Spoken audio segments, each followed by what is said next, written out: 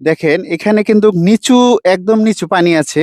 এই পানির ভিতরে অর্থাৎ এই ক্ষেতটাকে নষ্ট না করে উনি এত সুন্দর একটা পদ্ধতি অবলম্বন করেছেন, মাটির ঢিবি করেছে দেখেন। পানির উপরে মাটির ঢিবি করে অসংখ্য গাছ লাগিয়েছেন। দেখেন গাছগুলা কিন্তু অনেক সুন্দর লাগছে এবং গাছেও ফুল ধরেছে। এমনকি ৩ থেকে ৪ দিন বা ১ সপ্তাহ পরে এখানে সিম তোলা হবে। তো আমি সেই তরুণ উদ্যোক্তার সাথে আমি একটু কথা বলি। হ্যালো, আসসালামু আলাইকুম। ওয়ালাইকুম আসসালাম ভাইজানের ভাই। নামটা কি? মোহাম্মদ হারুনুর রশিদ। পানির ভিতরে ঢিবি করে আমি সুন্দরভাবে চাষাবাদ করি। আমি ভাই সিংড়া কৃষি অ অফিসে যাই। আমি একটা অনুষ্ঠান দেখি। আপনার আ উম ভাসমান বেডের একটা আমি অনুষ্ঠান দেখি। ভাসমান বেডের অনুষ্ঠান দেখে এসে তখন আমি নিজেই ভাবলাম যে আমি এই নিচু জমিতে কিভাবে আমি চাষবাস করতে পারবো? তো YouTube দেখতে দেখলাম যে একটা ভিডিও দেখলাম যে এরকমভাবে কাজ করা যায়।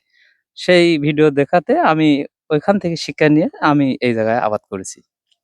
যাই হোক আমার এই ভিডিও যারা দেখছেন এবং যাদের নিচু জমি আছে তারা এই পদ্ধতিতে চাষ করে আপনারা বাংলাদেশের কৃষি উন্নয়নকে সামনে এগিয়ে নিতে পারবেন।